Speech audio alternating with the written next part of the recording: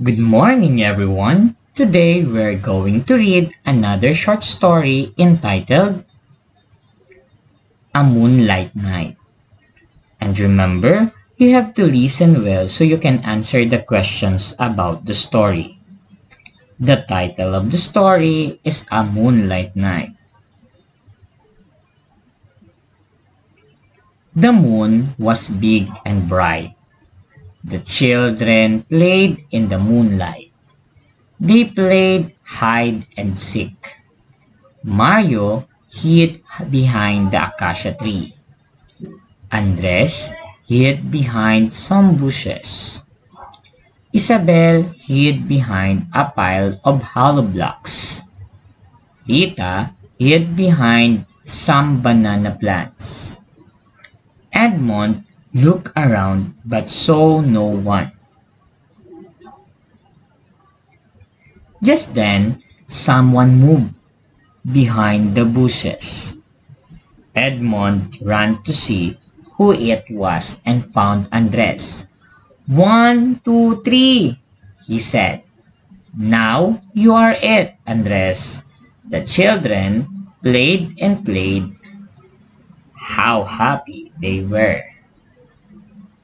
Question number 1. What part of the day was it?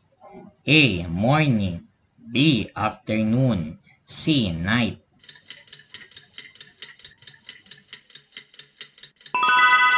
Question number 2. Where did the children play? A. In the sunshine. B. In the moonlight. C. In the rain.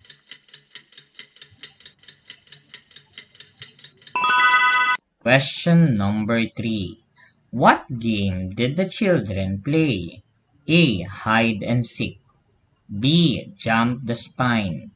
C. Cat and mouse.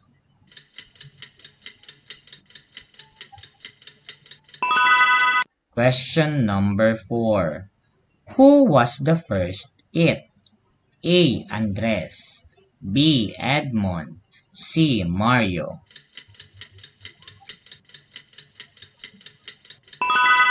Question number 5. Who hid behind the acacia tree? A. Mario. B. Andres. C. Isabel.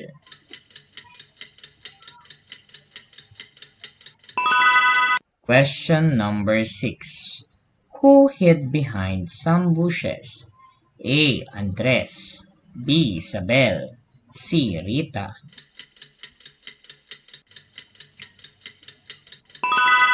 Question number 7. Who hid behind some hollow blocks?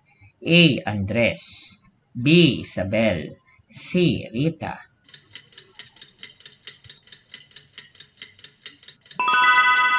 Question number 8. Who hid behind some banana plants? A. Mario. B. Isabel. C. Rita.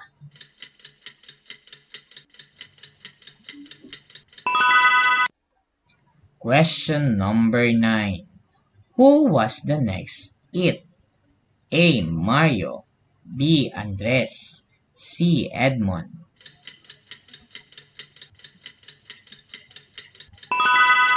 Question number 10. How did the children feel? A. Happy. B. Sleepy.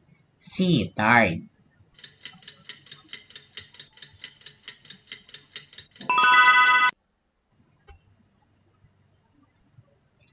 Thank you, everyone. We will see you next time.